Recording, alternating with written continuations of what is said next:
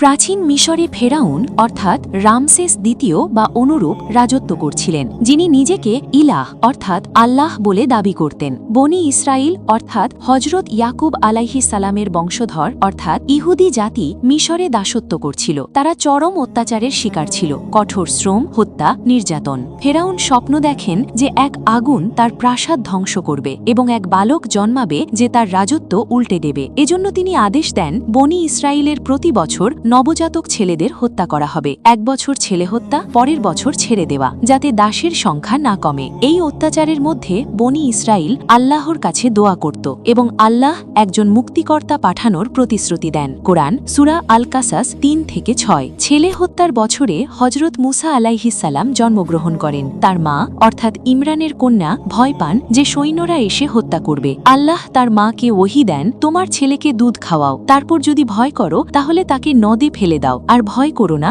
দুঃখ করো না, আমি তাকে তোমার কাছে ফিরিয়ে দেব এবং তাকে রাসূল করব। মা তাকে একটা কাঠের সিন্দুকে অর্থাৎ বাক্সে ভরে নীল নদে ভাসিয়ে দেন। সিন্দুকটা ঢেউয়ের সাথে ভেসে ফেরাউনের প্রাসাদে পৌঁছে যায়। ফেরাউনের স্ত্রী আসিয়া, যিনি পরে ঈমান আনেন, সিন্দুক খুলে শিশুকে দেখে মায়া পড়ে যান। তিনি ফেরাউনকে বলেন, এ আমাদের চোখের শীতলতা হবে, একে হত্যা করো না। ফেরাউন রাজি হন, কিন্তু শিশু অর্থাৎ মুসা আলাইহিস সালাম কোনো ধাত্রীর দুধ খায় না। আল্লাহর ইচ্ছায় তিনি শুধু নিজের মায়ের দুধ খাবেন। মুসা আলাইহিস সালামের বোন সৈন্যদের বলে, আমি এক মহিলাকে চিনি যিনি এই শিশুকে দুধ খাওয়াতে পারেন। এভাবে মুসা আলাইহিস সালামের মা প্রাসাদে ডাক পান এবং নিজের সন্তানকে দুধ খাইয়ে পালন করেন, কিন্তু গোপনে। মুসা আলাইহিস সালাম ফেরাউনের প্রাসাদেই বড় হন, শিক্ষা পান, কিন্তু তার হৃদয় বনি ইসরাইলের প্রতি মায়াময় ছিল। কোরআন সূরা আল কাসাস ৭-১৩, তোয়াহা ৩৮-৪০। যৌবনে মুসা আলাইহিস সালাম শক্তিশালী এবং ন্যায়পরায়ণ ছিলেন। একদিন শহরে ঘুরতে গিয়ে দেখেন এক মিশরীয় এক ইসরায়েলিকে মারছে। ইসরায়েলি সাহায্য চায়। মুসা আলাইহিস সালাম ঘুষি মেরে মিশরীয়কে হত্যা করে ফেলেন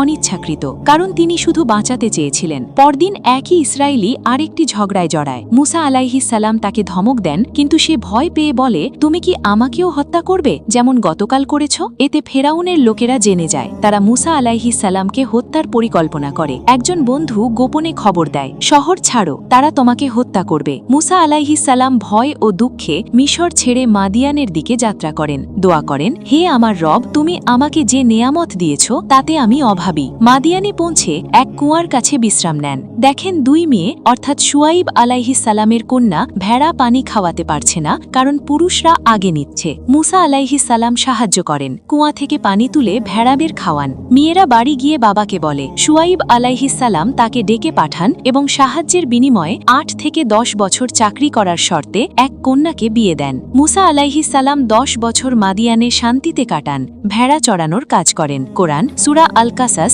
১৪-২৯। ১০ বছর পর পরিবার নিয়ে মিশর ফেরার পথে তুর পর্বতে এক আগুন দেখেন। পরিবারকে বলেন, অপেক্ষা করো, আমি আগুন থেকে খবর নিয়ে আসি। সেখানে আল্লাহ সরাসরি কথা বলেন, হে মুসা, আমি তোমার রব, তোমার জুতো খোলো, তুমি পবিত্র উপত্যকা তুয়ায় আছো। আল্লাহ নবুয়ত দেন এবং দুটি মুজিজা, লাঠি সাপ হয়ে যায় এবং হাত সাদা চকচকে হয়, যেন রোগ নয়। আদেশ, ফেরাউনের কাছে যাও, সে অত্যাচার করছে, বলো বনি ইসরাইলকে মুক্তি দাও। মুসা আলাইহিস সালাম ভয় পান, বলেন, আমার জিহ্বা আটকে যায়, আমার ভাই হারুনকে সাহায্যকারী দাও। আল্লাহ রাজি হন এবং হারুন আলাইহিস সালামকেও নবী করেন। মুসা আলাইহিস সালাম এবং হারুন আলাইহিস সালাম মিশরে ফিরে যান। কোরআন সূরা তোয়াহা ৯-৪৮, আল কাসাস ৩০-৩৫। দুই ভাই ফেরাউনের দরবারে যান, আমরা তোমার রবের রাসূল, বনি ইসরায়েলকে আমাদের সাথে পাঠাও, তাদের অত্যাচার করো না। ফেরাউন বলে, তুমি তো আমাদের প্রাসাদে বড় হয়েছ আর তুমি একজনকে হত্যা করেছ। মুসা আলাইহিস সালাম বলেন, সেটা ভুল ছিল, কিন্তু আল্লাহ আমাকে ক্ষমা করেছেন। ফেরাউন প্রমাণ চায়। মুসা আলাইহিস সালাম লাঠি ফেলে সাপ দেখান, হাত দেখান। ফেরাউনের উজিররা বলে, এ জাদু। ফেরাউন সব জাদুকর ডেকে প্রতিযোগিতা ঘোষণা করে। প্রতিযোগিতায় জাদুকররা দড়ি ফেলে সাপের মতো করে। মুসা আলাইহিস সালাম লাঠি ফেলে সাপ হয়ে সব গিলে ফেলে। জাদুকররা সিজদা করে ঈমান আনে। আমরা মুসার রবের উপর ঈমান আনলাম। ফেরাউন তাদের হাত পা কেটে শুলে চড়ানোর ধমক দেয়, কিন্তু তারা অটল থাকে। কোরআন সূরা আল আরাফ ১০৩-১২৬, তোয়াহা ৫৬-৭৬। ফেরাউন অস্বীকার করে। আল্লাহ 9টি নিদর্শন বা আযাব পাঠান। 1 বন্যা, 2 পঙ্গপাল, 3 উকুন, 4 ব্যাং, 5 রক্ত, 6 ফসল ধ্বংস, 7 পশু মৃত্যু, 8 শিলাবৃষ্টি, 9 অন্ধকার। প্রতিবার আযাব আসলে ফেরাউন বলে, দোয়া করো, আযাব সরলে বনি ইসরায়েলকে ছেড়ে দেব। কিন্তু আযাব সরলে মত পাল্টায়। বনি ইসরায়েলও কষ্ট পায়, কিন্তু মুসা আলাইহিস সালাম ধৈর্যের উপদেশ দেন। কোরআন সূরা আল আরাফ 130 থেকে 135।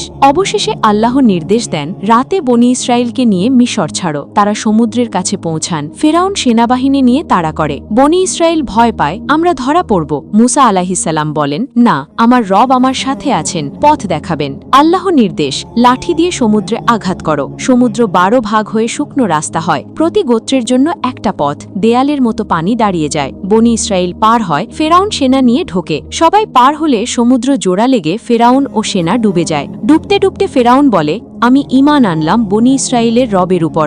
আল্লাহ বলেন, এখন? আগে তো অবাধ্য ছিলে। আল্লাহ তার দেহ মামি রক্ষা করেন, যাতে পরবর্তীদের নিদর্শন হয়। আজও মিশরের মিউজিয়ামে আছে। হাদিসে সহি বুখারী, মুসলিম, জিব্রাইল আলাইহিস সালাম সমুদ্রের তলা থেকে কাদা তুলে ফেরাউনের মুখে ভরে দেন, যাতে সে পুরোপুরি লা ইলাহা ইল্লাল্লাহ বলে না ফেলে এবং রহমত পায় না, কারণ শেষ মুহূর্তের তওবা কবুল হয় না। কুরআন সূরা ইউনুস 90 থেকে 92, আল বাকারা 50। সমুদ্র পার হয়ে তুর পর্বতে মুসা আলাইহিস সালাম 40 দিন আল্লাহর সাথে কথা বলতে যান। 40 দিন যোগ 10 দিন। হারুন আলাইহিস সালামকে নেতা রেখে যান, কিন্তু সামিরি, একজন কিপ্তি যে ঈমান আনেনি, সোনা গলিয়ে বাছুরের মূর্তি বানায় এবং বলে, এটাই তোমাদের ইলাহ। বনি ইসরাইল অর্থাৎ 70,000-এর মধ্যে অনেকে মূর্তি পূজা শুরু করে, কারণ বাছুর থেকে শব্দ বেরোয়। মুসা আলাইহিস সালাম ফিরে এসে রাগে হারুন আলাইহিস সালামের দাড়ি ধরেন। হারুন বলেন, আমি চেষ্টা করেছি, কিন্তু তারা শোনেনি। মুসা আলাইহিস সালাম সামিরিকে অভিশাপ দেন যে সে লা মিসাস বলে ঘুরবে। বাছুর পোড়ান এবং সমুদ্রে ফেলে দেন। অপরাধীদের হত্যা করে তওবা করান। প্রায় 70 জন মারা যান। কোরআন সূরা তহা 83 থেকে 98, আল বাকারা 51 থেকে 54। আল্লাহ প্রতিশ্রুত ভূমি অর্থাৎ বাইতুল মুকাদ্দাস প্যালেস্টাইন যেতে বলেন। 12 জন গুপ্তচর পাঠানো হয়। গুপ্তচররা বলে, সেখানে শক্তিশালী জাতি আছে, আমরা পারব না। শুধু 2 জন অর্থাৎ ইউসা ও কালিব বলেন, আল্লাহর সাহায্যে পারব। বনি ইসরাইল ভয়ে অস্বীকার করে, বলে, মুসা, তুমি তোমার রব নিয়ে যাও, আমরা এখানে থাকব।